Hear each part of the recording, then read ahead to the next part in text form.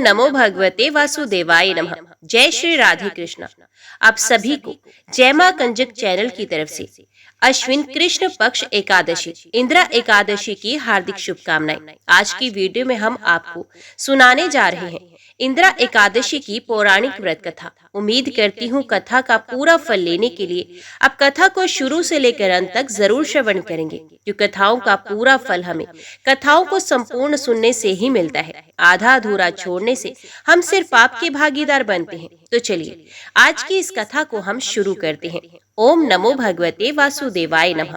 युधिष्ठिर ने भगवान श्री कृष्ण से पूछा, हे मधुसूदन, कृपा करके मुझे ये बताइए कि अश्विन के कृष्ण पक्ष में कौन सी एकादशी होती है। भगवान श्री कृष्ण ने कहा, राजन, अश्विन कृष्ण पक्ष में इंदिरा नाम की एकादशी होती है। उसके व्रत के प्रभाव से बड़े बड़े पापों का नाश हो जाता है। नीच योनि में पड़े हुए पितरों को भी ये एकादशी सदगति देने वाली है। राजन, पूर्व काल की बात है। सतयुग में इंद्रसेन नाम से विख्यात राजकुमार थे, जो अब माहिष्मती पुरी के राजा होकर धर्म पूर्वक प्रजा का पालन करते थे। उनका यश सब और फैल चुका था। राजा इंद्रसेन भगवान विष्णु की भक्ति में तत्पर हो गोविंद के मोक्षदायक नामों का जप करते हुए समय व्यतीत करते थे और विधि पूर्वक अध्यात्म तत्व के चिंतन में संलग्न रहते थे। एक दिन राजा राजसभा में सुख पूर्वक बैठे हुए थे। इतने में ही देवऋषि नारद आकाश से उतरकर वहां पहुंचे। उन्हें आया देख राजा हाथ जोड़कर खड़े हो गए और विधि पूर्वक पूजन करके उन्हें आसन पर बिठाया। इसके बाद वे इस प्रकार बोले, मुनिश्रेष्ठ, आपकी कृपा से मेरी सर्वथा कुशल है। आज आपके दर्शन से मेरी संपूर्ण यज्ञ क्रियाएं सफल हो गई हैं। देवऋषि, अपने आगमन का कारण बताकर मुझ पर कृपा करें। नारद जी ने कहा, नृपश्रेष्ठ, सुनो, मेरी बात तुम्हें आश्चर्य में डालने वाली है। मैं ब्रह्मलोक से यमलोक में आया था। वहां एक श्रेष्ठ आसन पर बैठा और यमराज ने मेरी भक्ति पूर्वक पूजा की। उस समय यमराज की सभा में मैंने तुम्हारे पिताजी को भी देखा था। वे व्रत भंग के दोष से वहां आए थे। राजन, उन्होंने तुमसे कहने के लिए एक संदेश दिया है, उसे सुनो। उन्होंने कहा है, बेटा, मुझे इंदिरा के व्रत का पुण्य देकर स्वर्ग में भेजो। उनका ये संदेश लेकर मैं तुम्हारे पास आया हूँ। राजन, अपने पिता को स्वर्गलोक की प्राप्ति कराने के लिए इंदिरा का व्रत करो। राजा ने पूछा, भगवान, कृपा करके इंदिरा का व्रत बताइए। किस पक्ष में, किस तिथि को और किस विधि से इसका व्रत करना चाहिए। नारद जी ने कहा, राजेंद्र, सुनो, मैं तुम्हें इस व्रत की शुभ कारक विधि बताता हूँ। अश्विन मास के कृष्ण पक्ष में दशमी के उत्तम दिन को श्रद्धा युक्त चित्त से प्रातः काल स्नान करें। फिर मध्याह्न काल में स्नान करके एकाग्रचित हो एक समय भोजन करें तथा रात्रि में भूमि पर सोएं। रात्रि के अंत में निर्मल प्रभात होने पर एकादशी के दिन दातुन करके मुंह धोएं। इसके बाद भक्ति भाव से मंत्र पढ़ते हुए उपवास का नियम ग्रहण करें और कहें, कमल नयन भगवान नारायण, आज मैं सब भोगों से अलग निराहार रहकर कल भोजन करूंगा। अच्युत, अब मुझे शरण दे। इस प्रकार नियम करके मध्याह्न काल में पितरों की प्रसन्नता के लिए शालिग्राम शिला के सम्मुख विधि पूर्वक श्राद्ध करें तथा दक्षिणा से ब्राह्मणों का सत्कार करके उन्हें भोजन कराएं। पितरों को दिए हुए अन्न में पिंड को सूंघकर विद्वान पुरुष गाय को खिला दे। फिर धूप और गंध आदि से भगवान ऋषिकेश का पूजन करके रात्रि में उनके समीप जागरण करे।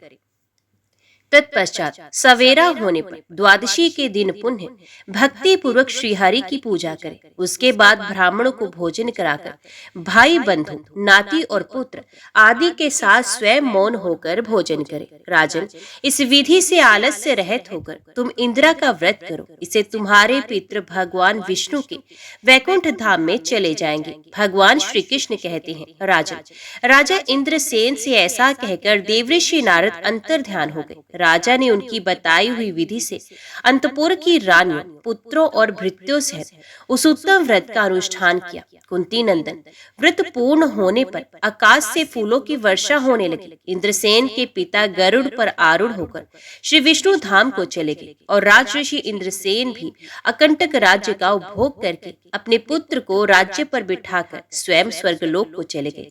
इस प्रकार मैंने तुम्हारे सामने इंदिरा व्रत के महात्म्य का वर्णन किया है। इसको पढ़ने और सुनने से मनुष्य सब पापों से मुक्त हो जाता है। आइए अब बड़े ही प्रेम से मन की कामनाओं को पूरी करने वाली कथा को सुनते हैं। ओम नमो भगवते वासुदेवाय नमः। भक्त लाखा जी जाति के गौड़ ब्राह्मण थे। राजपुताने के एक छोटे से गांव में उनका घर था। लाखा जी विशेष पढ़े तो नहीं थे, परंतु विष्णु सहस्त्रनाम और गीता उनको कंठस्थ थे और भगवान में उनका अटूट विश्वास था। ये खेती का काम करते थे। इनकी स्त्री खेमाबाई बड़ी साध्वी और पतिव्रता थी।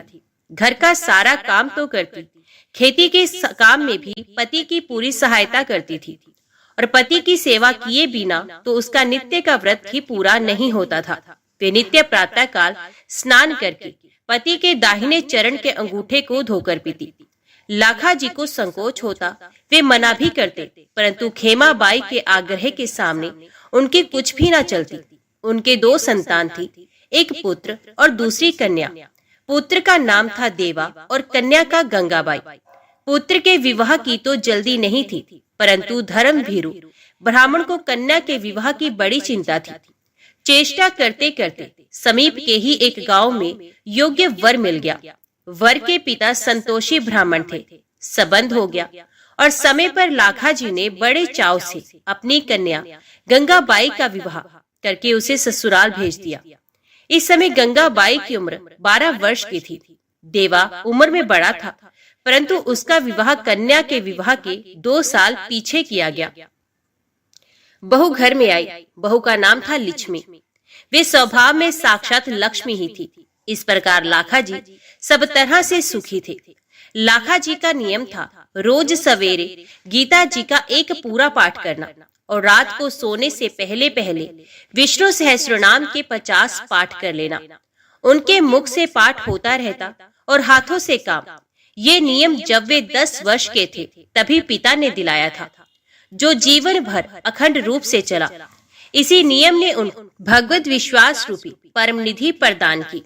सदा दिन एक से नहीं रहते, ना मालूम प्रारब्ध के किस संयोग से कैसे दिन बदल जाते हैं। लाखा जी के जमाता को सांप काट गया और विधि के विधानवश 25 वर्ष की युवावस्था में वे अपनी 22 वर्ष की पत्नी और माता पिता को छोड़कर चल बसा।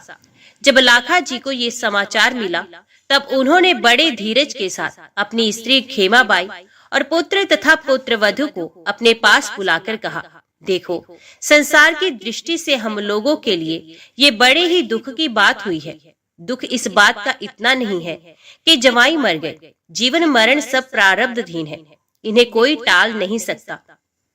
दुख तो इस बात का है कि गंगाबाई का जीवन दुख रूप हो गया। यदि हम लोग अपने व्यवहार बर्ताव से गंगाबाई का दुख मिटा सके तो हमारा सारा दुख दूर हो जाए। उसके दुख दूर होने का उपाय ये है कि हम यहाँ ले आए। हम लोग स्वयं विषय भोगों का त्याग करके उसे श्री भगवान की सेवा में लगाने का प्रयत्न करें। भोगों की प्राप्ति से दुखों का नाश नहीं होता, न भोगों के नाश में ही वस्तु दुख है। दुख के कारण तो हमारे मन के मनोरथ हैं। एक भी भोग ना रहे, अति आवश्यक चीजों का भी अभाव हो, परंतु मन यदि अभाव का अनुभव ना करके सदा संतुष्ट रहे, उसमें मनोरथ ना उठे, तो कोई भी दुख नहीं रहेगा।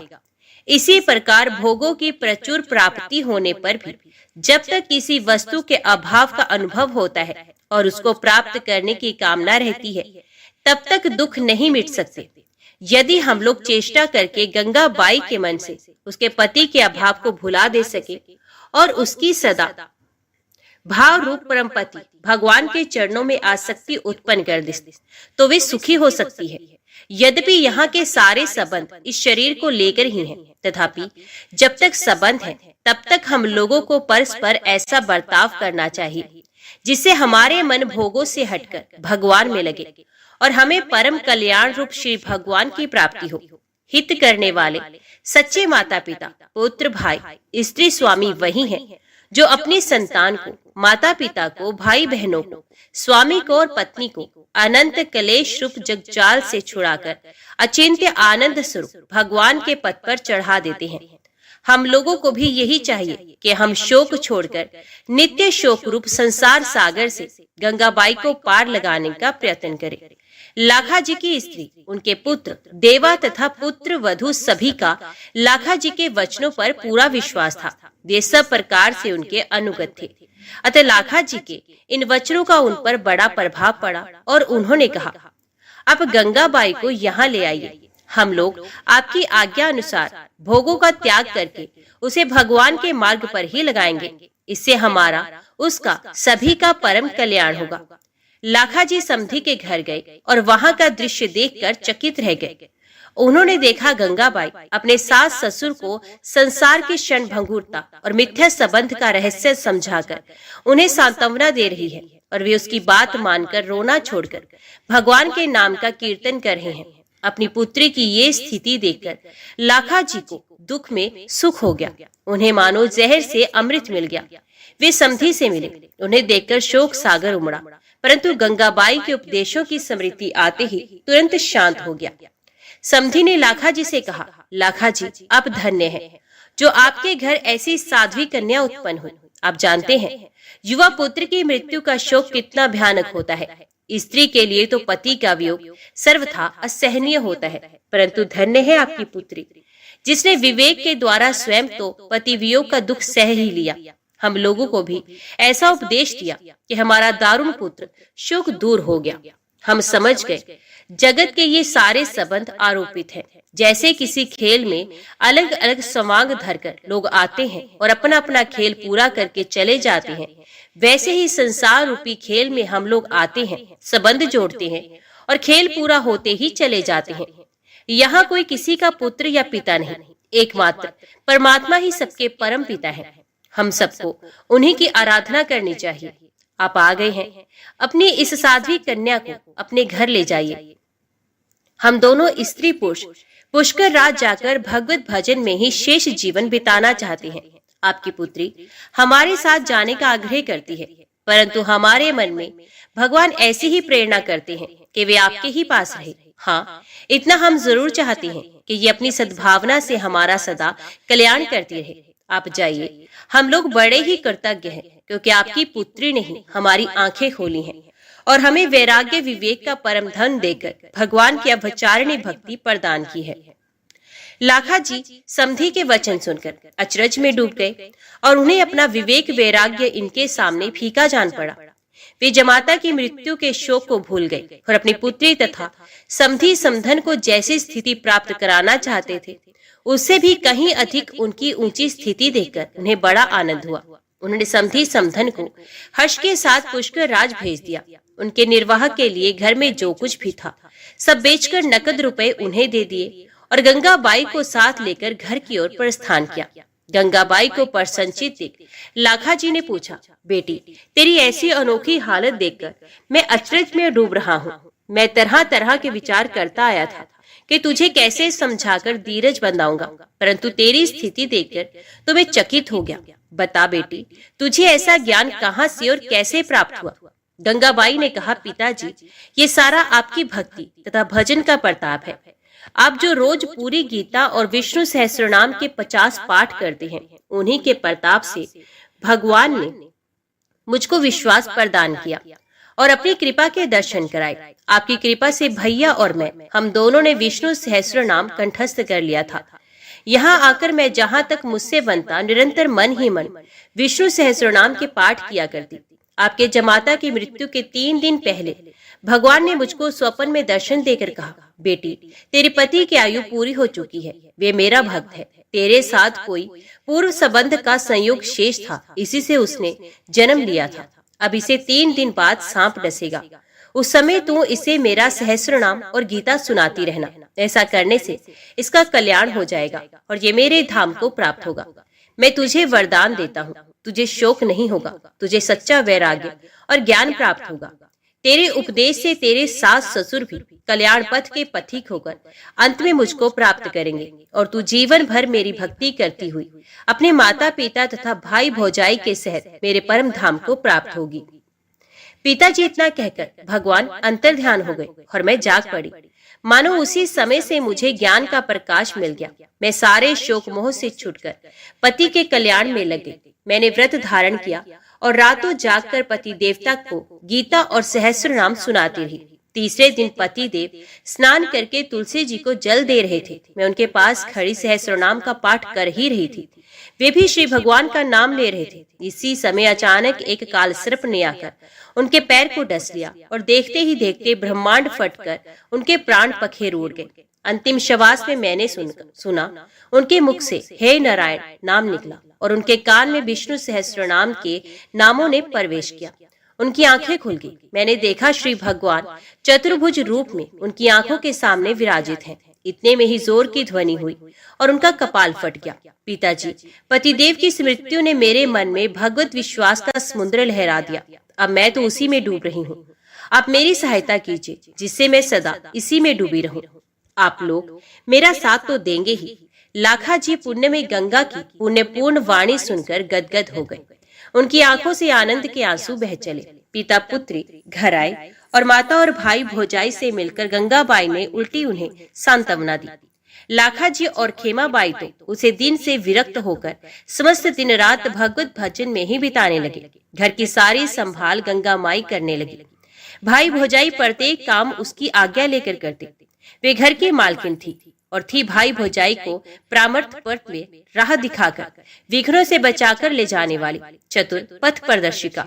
भाई देवाजी और भाभी लक्ष्मी दोनों गंगाबाई की आज्ञा के अनुसार माता पिता की सेवा करते, गंगाबाई की सेवा करते और सब समय भगवान का स्मरण करते हुए भगवत सेवा के भाव से ही घर का सारा काम करते। उन्होंने भोगों का त्याग कर दिया था और वे पूर्ण रूप से सादा सीधा संयम पूर्ण जीवन बिताते थे।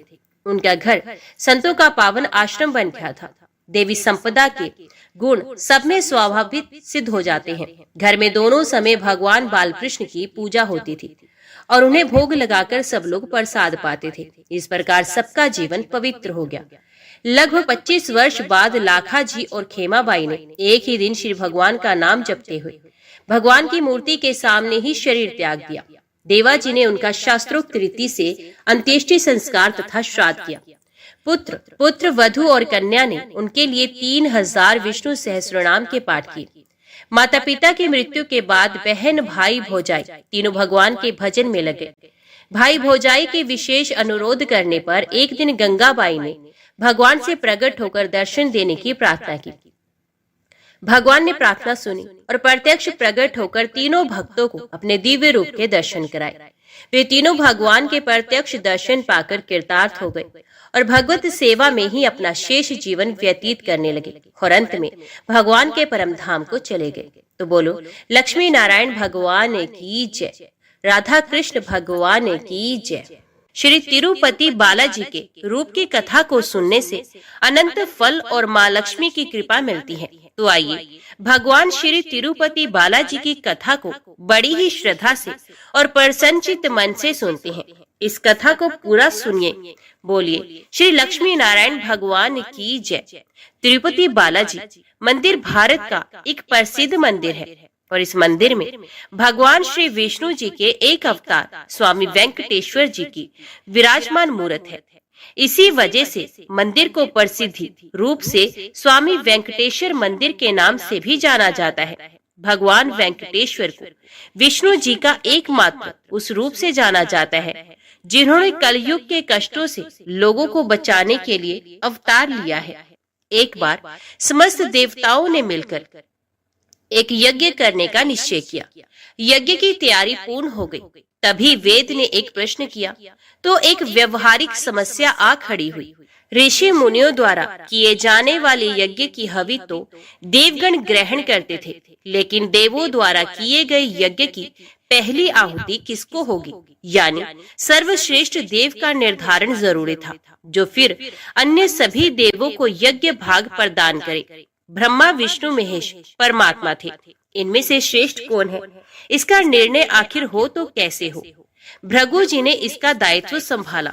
वे देवों की परीक्षा लेने चले। ऋषियों से विदा लेकर वे सर्वप्रथम अपने पिता ब्रह्मदेव के पास पहुंचे। ब्रह्मा जी की परीक्षा लेने के लिए भृगु ने उन्हें प्रणाम नहीं किया। इससे ब्रह्मा जी अत्यंत कुपित हुए और उन्हें शिष्टता सिखाने का प्रयत्न किया। भृगु को गर्व था कि वे तो परीक्षित हैं, परीक्षा लेने आए हैं। पिता पुत्र का आज क्या रिश्ता। भृगु ने ब्रह्मदेव से अशिष्ट कर दी। ब्रह्मा जी का क्रोध और बढ़ गया और अपने कमंडल लेकर पुत्र को मारने भागे। भृगु मुनि किसी तरह वहां से जान बचाकर भाग चले आए। इसके बाद वे भगवान शिव के लोक कैलाश गए। भृगु ने फिर से धृष्टता की, बिना कोई सूचना का शिष्टाचार दिखाए या शिवगणों से आज्ञा लिए सीधे वे वहां पहुंच गए जहां शिव जी माता पार्वती के साथ विश्राम कर रहे थे। आए तो आए, साथ ही अशिष्ट का आचरण भी किया। शिव जी शांत रहे, पर भृगु न समझे। शिव जी को क्रोध आया तो उन्होंने अपना त्रिशूल उठाया। भृगु वहां से भी भागे। अंत में भगवान विष्णु के पास क्षीर सागर पहुंचे। श्री हरिकेश श्रेयस पर लेटे निद्रा में थे और देवी लक्ष्मी उनके चरण दबा रही थी। महर्षि भृगु 2 स्थानों से अपमानित करके भगाए गए थे। उनका मन बहुत दुखी था। विष्णु जी को सोता देख उन्हें ना जाने क्या हुआ और उन्होंने विष्णु जी को जगाने के लिए उनकी छाती पर एक लात जमा दी। विष्णु जी जाग गए और भृगु से बोले, मेरी छाती वज्र के समान कठोर है। आपका शरीर तप के कारण दुर्बल हो चुका है। कहीं आपके पैर में चोट तो नहीं आई? आपने मुझे सावधान करके कृपा की है। आपका चरण चिन्ह मेरे वक्ष पर सदा अंकित रहेगा। भृगु को बड़ा आश्चर्य हुआ। उन्होंने तब भगवान की परीक्षा लेने के लिए यह अपराध किया था, परंतु भगवान तो दंड देने के बदले मुस्कुरा रहे थे। उन्होंने निश्चय किया कि श्री हरि सी विनम्रता किसी में नहीं। वास्तव में विष्णु जी ही सबसे बड़े देवता हैं। भृगु जी ने लौटकर सभी ऋषियों को पूरी घटना सुनाई। सभी ने एक मत से ये निश्चय किया कि भगवान विष्णु को ही यज्ञ का प्रधान देवता समझकर मुख्य भाग दिया जाएगा। लक्ष्मी जी ने भृगु को अपने पति की छाती पर लात मारते देखा तो उन्हें बड़ा क्रोध आया, परंतु उन्हें इस बात पर शोभ भी हुआ कि श्री हरि ने उदंड को दंड देने के स्थान पर उसके चरण पकड़ लिए और उल्टे क्षमा मांगने लगे। क्रोध से तमतमाई महालक्ष्मी को लगा कि वे जिस पति को संसार का सबसे शक्तिशाली समझती है वे तो निर्बल है। ये धर्म की रक्षा करने के लिए अधर्म एवं दुष्टों का नाश कैसे करते होंगे। महालक्ष्मी ग्लानि से भर गई और मन श्री हरि से उचट गया। उन्होंने श्री हरि और वैकुंठ लोक दोनों के त्याग का निश्चय कर लिया। स्त्री का स्वाभिमान उसके स्वामी के साथ बंधा होता है। उनके समक्ष कोई स्वामी पर प्रहार कर गया और स्वामी ने प्रतिकार भी नहीं किया। ये बात मन में कोत रही थी। स्थानवास के योग्य नहीं, पर त्याग कैसे करे? श्री हरि से ओझल होकर रहना कैसे होगा?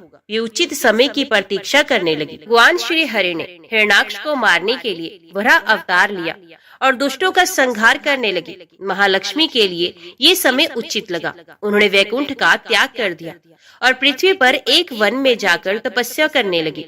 श्री हरि और वैकुंठ का त्याग कर महालक्ष्मी पृथ्वी पर एक वन में तपस्या करने लगे। तप करते करते उन्होंने अपना शरीर छोड़ दिया। विष्णु जी वराह अवतार का अपना कार्य पूर्ण कर वैकुंठ धाम लौटे तो महालक्ष्मी नहीं मिली। वे उन्हें खोजने लगे। श्री हरि ने उन्हें तीनों लोकों में खोजा, किंतु तप करके माता लक्ष्मी ने भ्रमित करने की अनुपम शक्ति प्राप्त कर ली थी। उसी शक्ति से उन्होंने श्री हरि को भ्रमित रखा। आखिर श्री हरि को पता लग ही गया, लेकिन तब तक वे शरीर छोड़ चुकी थी। दिव्य दृष्टि से उन्होंने देखा कि लक्ष्मी जी ने चोल राज के घर में जन्म लिया है। श्री हरि ने सोचा कि उनकी पत्नी ने उनका त्याग सामर्थ्यहीन समझने के भ्रम में किया, इसलिए वे उन्हें प्राप्त करने के लिए अलौकिक शक्तियों का प्रयोग नहीं करेंगे। महालक्ष्मी ने मानव रूप धरा है तो अपने प्रिय पत्नी को प्राप्त करने के लिए वे भी साधारण मानवों के समान व्यवहार करेंगे और महालक्ष्मी जी का हृदय और विश्वास जीतेंगे। भगवान ने श्रीनिवास का रूप धरा और पृथ्वी लोक पर चोल नरेश के राज में निवास करते हुए महालक्ष्मी से मिलन के लिए उचित अवसर की प्रतीक्षा करने लगे। राजा आकाश राज निसंतान थे। उन्होंने सुखदेव जी की आज्ञा से संतान प्राप्ति का यज्ञ किया। यज्ञ के बाद यज्ञशाला में राजा को हल जोतने को कहा गया। राजा ने हल जोता तो हल का फल किसी वस्तु से टकराया। राजा ने उस स्थान को खोदा तो एक पेटी के अंदर सहस्त्र दल कमल पर एक कन्या विराज रही थी। वे साक्षात महालक्ष्मी थी। राजा के मन की मुराद पूरी हो गई, क्योंकि कन्या कमल के फूल में पीली थी, इसलिए उनका नाम रखा गया पद्मावती। पद्मावती नाम के अनुरूप ही रूपवती और गुणवती भी थी। साक्षात लक्ष्मी जी का अवतार पद्मावती विवाह के योग्य हुई। एक दिन वे बाग में फूल चुन रही थी। उस वन में बालाजी यानी के श्रीनिवास जी आखेट के लिए आए थे। उन्होंने देखा कि एक हाथी एक युवती के पीछे पड़ा है और डरा रहा है। राजकुमारी से सेवक भाग खड़े हुए। श्रीनिवास जी ने तीर चलाकर हाथी को रोका और पद्मावती की रक्षा की। श्रीनिवास और पद्मावती ने एक दूसरे को देखा और एक दूसरे पर मोहित हो गए। दोनों के मन में परस्पर अनुराग पैदा हुआ, लेकिन दोनों बिना कुछ कहे अपने अपने घर लौट गए। श्रीनिवास जी घर तो लौट आए, लेकिन मन पद्मावती में ही बस गया। ये पद्मावती का पता लगाने के लिए उपाय सोचने लगे। उन्होंने ज्योतिषी का रूप धरा और भविष्य बांचने के बहाने पद्मावती को ढूंढने निकले। धीरे धीरे ज्योतिष श्रीनिवास की ख्याति पूरे चोल राज में फैल गई। पद्मावती के मन में भी श्रीनिवास के लिए प्रेम उमड़ पड़ा। वे उनसे मिलने को व्याकुल थी, किंतु कोई पता ठिकाना न होने के कारण उनका मन चिंतित था। इस चिंता और प्रेम विरह में उन्होंने भोजन श्रृंगार आदि का त्याग कर दिया। इसके कारण उनका शरीर कृशकाय होता चला गया। राजा से पुत्री की ये दशा देखी नहीं जा रही थी। वे चिंतित थे। ज्योतिषी की प्रसिद्धि की सूचना राजा को भी मिली। राजा ने ज्योतिषी श्रीनिवास को बुलाया और सारी बात बताकर अपनी कन्या की दशा का कारण बताने को कहा।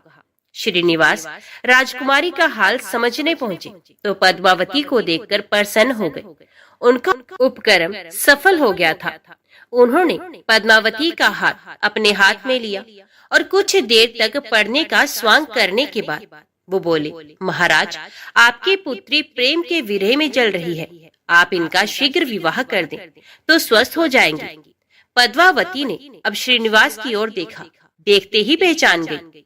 उनके मुख पर प्रसन्नता के भाव आए और वे हंसी। काफी दिनों बाद पुत्री को प्रसन्न देख राजा को लगा कि ज्योतिषी का अनुमान बिल्कुल सही है। राजा ने श्रीनिवास जी से पूछा, हे ज्योतिषी महाराज, यदि आपको ये पता है कि मेरी पुत्री प्रेम के विरह में पीड़ित है, तो आपको ये भी सोचना होगी कि मेरी पुत्री को किससे प्रेम है। उसका विवाह करने को मैं तैयार हूँ। आप उसका परिचय दें। श्रीनिवास जी ने कहा, आपकी पुत्री एक दिन वन में फूल चुनने गई थी। एक हाथी ने उन पर हमला किया तो आपके सैनिक और दासियां भाग खड़ी हुई। राजकुमारी के प्राण एक धनुर्धर ने बचाए थे। राजा ने कहा, हाँ, मेरे सैनिकों ने बताया था कि एक दिन ऐसी घटना हुई थी। एक वीर पुरुष ने उसके प्राण बचाए थे, लेकिन मेरी पुत्री के प्रेम से उस घटना का क्या तात्पर्य। श्रीनिवास जी ने कहा, आपकी पुत्री को अपनी जान बचाने वाले उसी युवक से प्रेम है।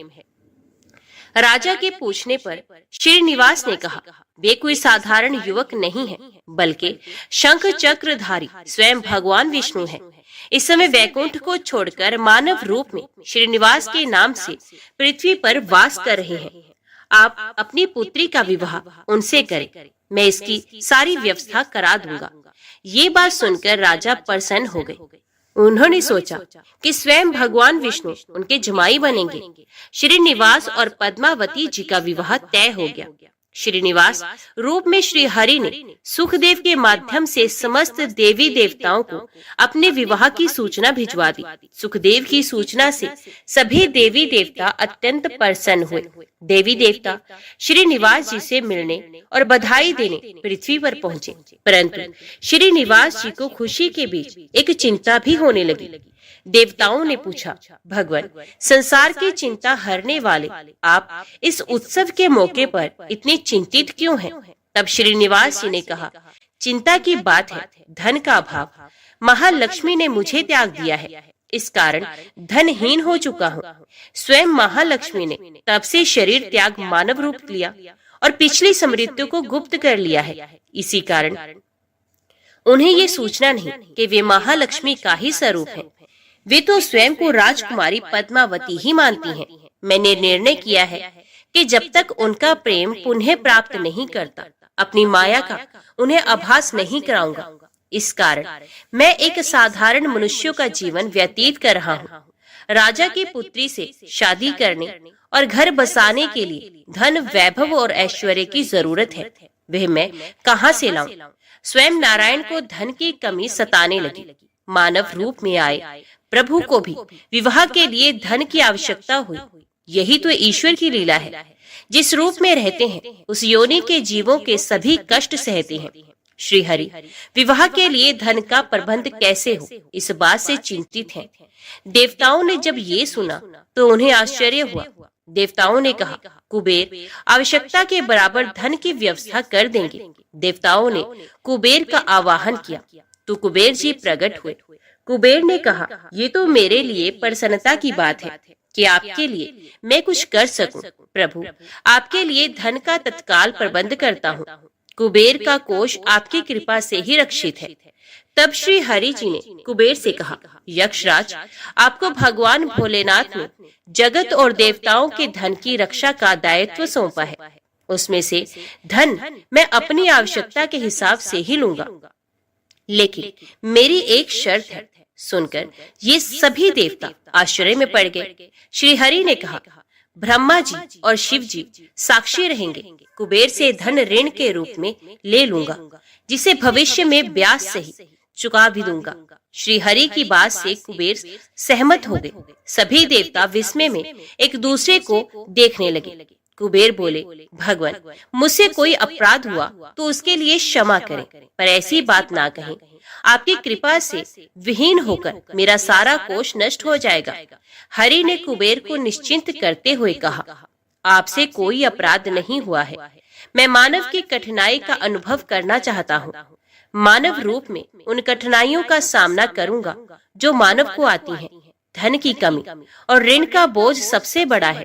कुबेर ने कहा, प्रभु, यदि आप मानव की तरह ऋण पर धन लेने की बात कर रहे हैं, तो फिर आपको मानव की तरह ये भी बताना होगा कि ऋण चुकाएंगे कैसे।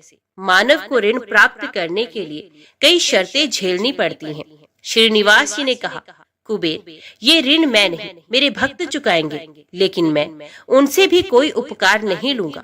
मैं अपनी कृपा से उन्हें धनवान बनाऊंगा। कलयुग में पृथ्वी पर मेरी पूजा धन, ऐश्वर्य और वैभव से परिपूर्ण कर देने वाली होगी। मेरे भक्त मुझसे धन, वैभव और ऐश्वर्य की मांग करने आएंगे। मेरी कृपा से उन्हें वो प्राप्त होगा। बदले में भक्तों से मैं दान प्राप्त करूंगा, जो चढ़ावे के रूप में होगा। मैं इस तरह आपका ऋण चुकाता रहूंगा।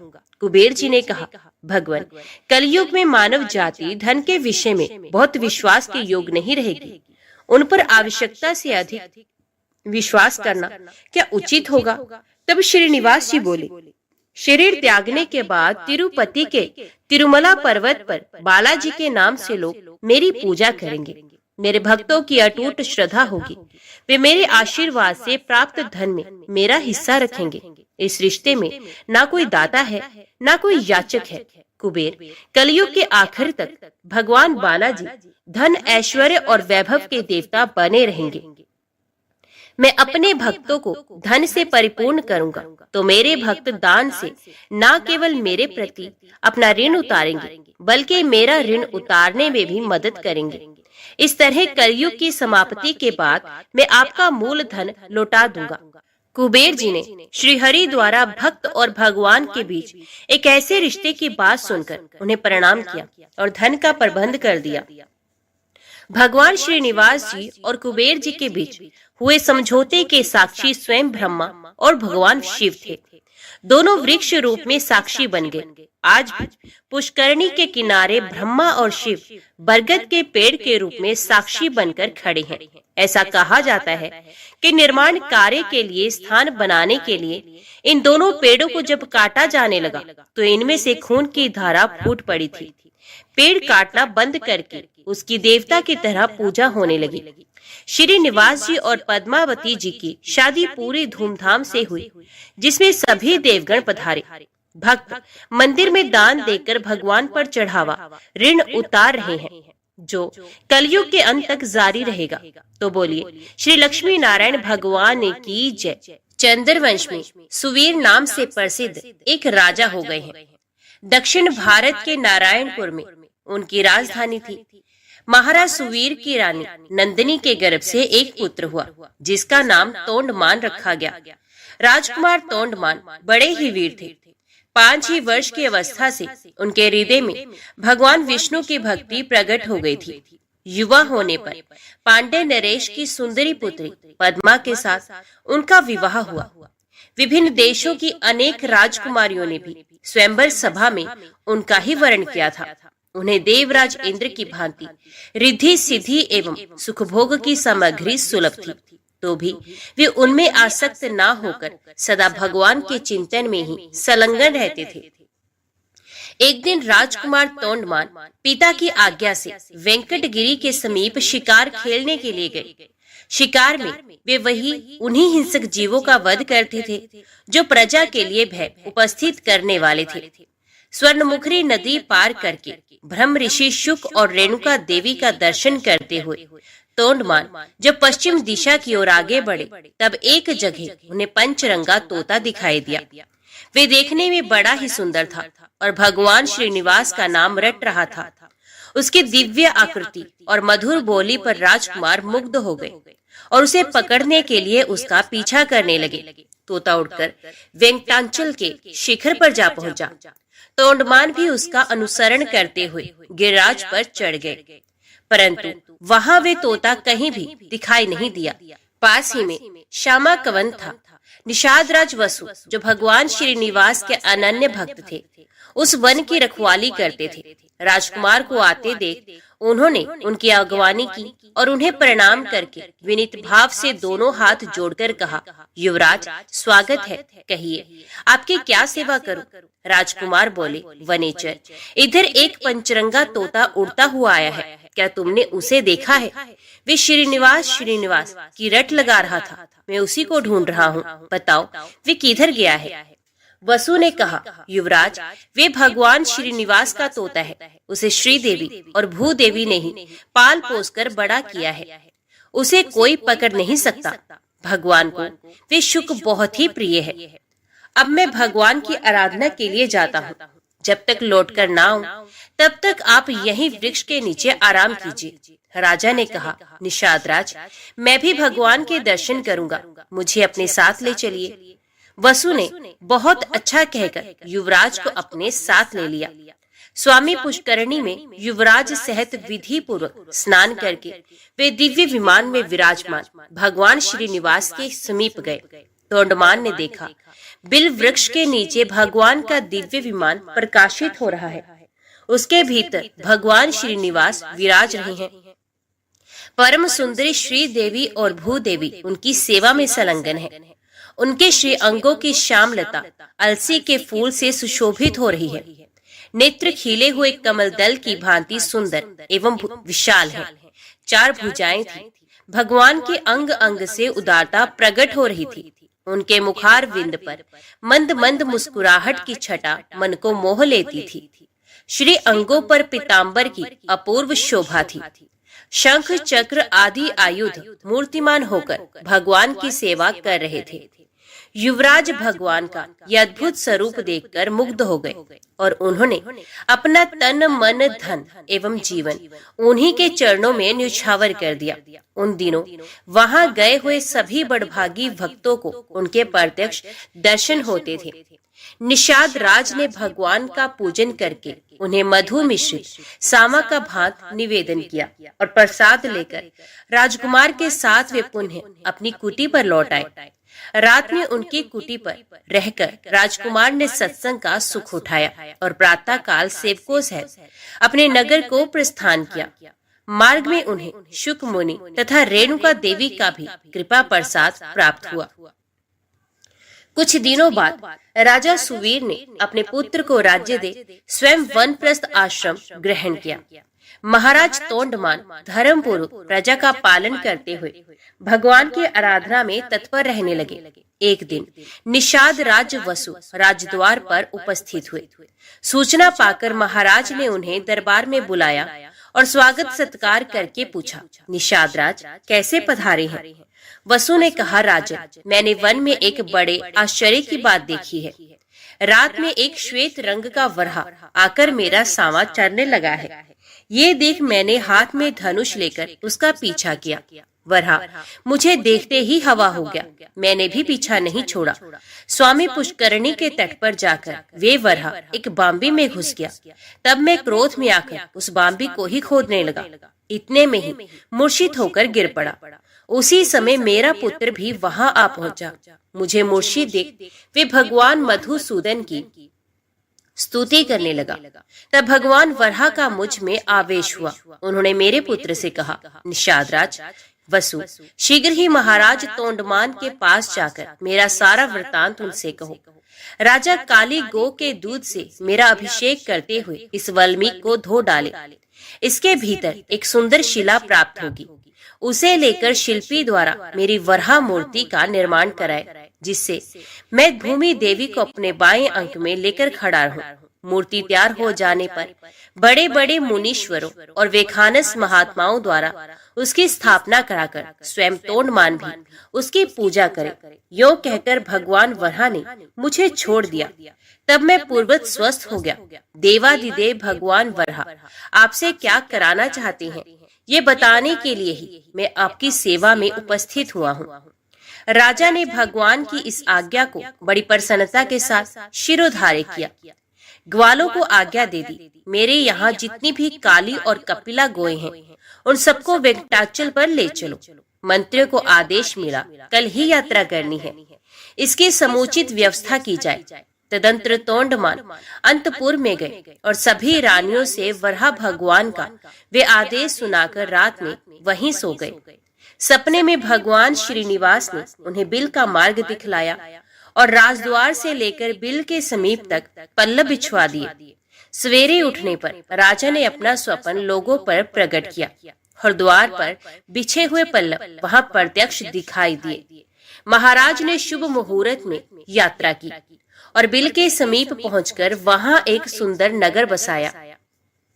भगवान के आदेश के अनुसार उन्होंने मूर्ति निर्माण, प्रतिष्ठा और पूजन का कार्य बड़ी धूमधाम से संपन्न किया। वे प्रतिदिन बिल के मार्ग से आकर भगवान को प्रणाम करते और लौट जाते थे।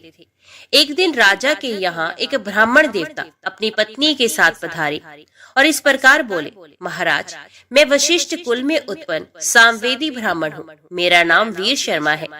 हम दोनों दंपत्ति घर से तीर्थ यात्रा के लिए निकले हैं, परंतु गर्भवती होने के कारण मेरी पत्नी से चला नहीं जाता। अतः आप इसे अंतपुर में रखकर तब तक इसकी रक्षा करें जब तक मैं तीर्थ यात्रा से वापस लौट न आऊं। राजा ने तथास्तु कहकर उसकी रक्षा का भार ले लिया। ब्राह्मण देवता निश्चिंत होकर चले गए। महाराज ने सेवकों को आज्ञा देकर ब्राह्मणी के लिए अंतपुर में एक एकांत गृह की व्यवस्था करवा दी और एक बार 6 महीने के लिए अन्न दिलवा दिया। ब्राह्मणी पतिव्रता और लज्जावती थी। वे किसी भी परपुरुष से बात नहीं करती थी। 6 महीने तक वे उस अन्न से निर्वाह करती रही। दैवश राजा को ब्राह्मणी की याद ना रही। 6 महीने के बाद अन्न का अभाव हो गया तो ब्राह्मणी ने स्वयं मुंह खोलकर मांगा नहीं। बेचारी भूख की पीड़ा सहती हुई ही मर गई। ब्राह्मण देवता तीर्थ यात्रा पूरी करके पूरे 2 वर्ष बाद वापस लौटे। तब तक ब्राह्मणी के एकांत निवास में कोई नहीं गया था। ब्राह्मण ने महाराज के दरबार में उपस्थित हो गंगा जल से भरी हुई एक शीशी भेंट की और अपनी पत्नी का कुशल समाचार पूछा। महाराज को अब याद आई। वे शंकित होकर अंतपुर में गए। ब्राह्मणी की मृत्यु हो चुकी है ये जानकर वे चुपचाप बिल के मार्ग से भगवान श्रीनिवास के समीप वेंकटाचल पर चले गए और भगवान से सब समाचार कह सुनाया। भक्त वत्सल प्रभु ने देखा राजा तोंडमान ब्रह्मशाप से भयभीत है। तब उन्हें सांत्वना देते हुए उनसे कहने लगे, राजन, यहाँ से पूर्व भाग में जो अस्थि सरोवर है उसी में द्वादशी तिथि को आकर ब्राह्मणी के शव को स्नान कराओ, वे जीवित हो जाएगी। भगवान श्रीनिवास का ये वचन सुनकर राजा अपने नगर में आए। फिर अपनी रानियों तथा ब्राह्मणियों के शव को भी अलग अलग डोलियों में बिठाकर भगवान का दर्शन करने के ब्यास से चले। अस्थि सरोवर में पहुंचकर उन्होंने रानियों को स्नान करने की आज्ञा दी। रानियों ने स्वयं स्नान करते समय ब्राह्मणी के शव को भी उस सरोवर के जल में डाल दिया। भगवान की कृपा से वे जी उठी, उसके सभी अंग पूर्ववत हो गए। तत्पश्चात ब्राह्मणी रानियों के साथ सरोवर से बाहर आई और तीर्थ यात्रा से लौटे हुए अपने पूज्य पति से प्रसन्नता पूर्वक मिली। राजा ने बहुत धन देकर ब्राह्मण दंपत्ति को आदर पूर्वक विदा किया। ब्राह्मण ने अपनी स्त्री का समाचार और भगवान वेंकटेश्वर का अद्भुत प्रभाव सुना। वे राजा को आशीर्वाद देकर प्रसन्नता पूर्वक अपने देश को लौट गए। एक दिन महाराज ने एक भगवत भक्त कुम्हार दंपत्ति के परम धाम आगमन की अद्भुत घटना अपनी आंखों से देखी। फिर तो उनका मन इस संसार के सुख भोग से सर्वथा विरक्त हो गया। उन्होंने अपने पुत्र श्रीनिवास को राज्य देकर स्वयं वेंकटाचल पर बड़ी भारी तपस्या की। भगवान ने प्रत्यक्ष दर्शन दिया और कहा, राजन वर मांगो। राजा ने भगवान के नित्य धाम में रहकर उनकी सेवा का सौभाग्य मांगा। भगवान ने एवं वस्तु कहकर भक्त को अनुग्रहित किया। राजा ने प्रभु के चरणों में साष्टांग प्रणाम करके इस नश्वर देह को त्याग दिया और विष्णु सारूप्य प्राप्त करके दिव्य विमान पर जा बैठे। उस समय देवता और गंधर्व आकाश से फूलों की वृष्टि करते हुए उनके सौभाग्य की भूरी भूरी प्रशंसा करने लगे। इस प्रकार राजा तोंडमान ने अपनी अनन्य भक्ति के प्रभाव से भक्त वत्सल श्री हरि का जरा मृत्यु रहित पुनरावृत्ति शून्य वैकुंठ धाम प्राप्त किया। तो बोलो लक्ष्मी नारायण भगवान की जय। जय श्री राधे कृष्ण। ओम नमो भगवते वासुदेवाय नमः। आज की वीडियो में इतना ही। उम्मीद करती हूँ वीडियो आपको पसंद आई होगी। वीडियो पसंद आई हो तो वीडियो को लाइक और चैनल को सब्सक्राइब जरूर कीजिएगा। जय श्री हरि लिखकर कमेंट बॉक्स में अपनी हाजिरी और अपने सुझाव देना ना भूलेगा। तो मिलते हैं अगली कथा अगली वीडियो के साथ। तब तक के लिए देखते व सुनते रहिए। जय मां कंजक, जय माता दी।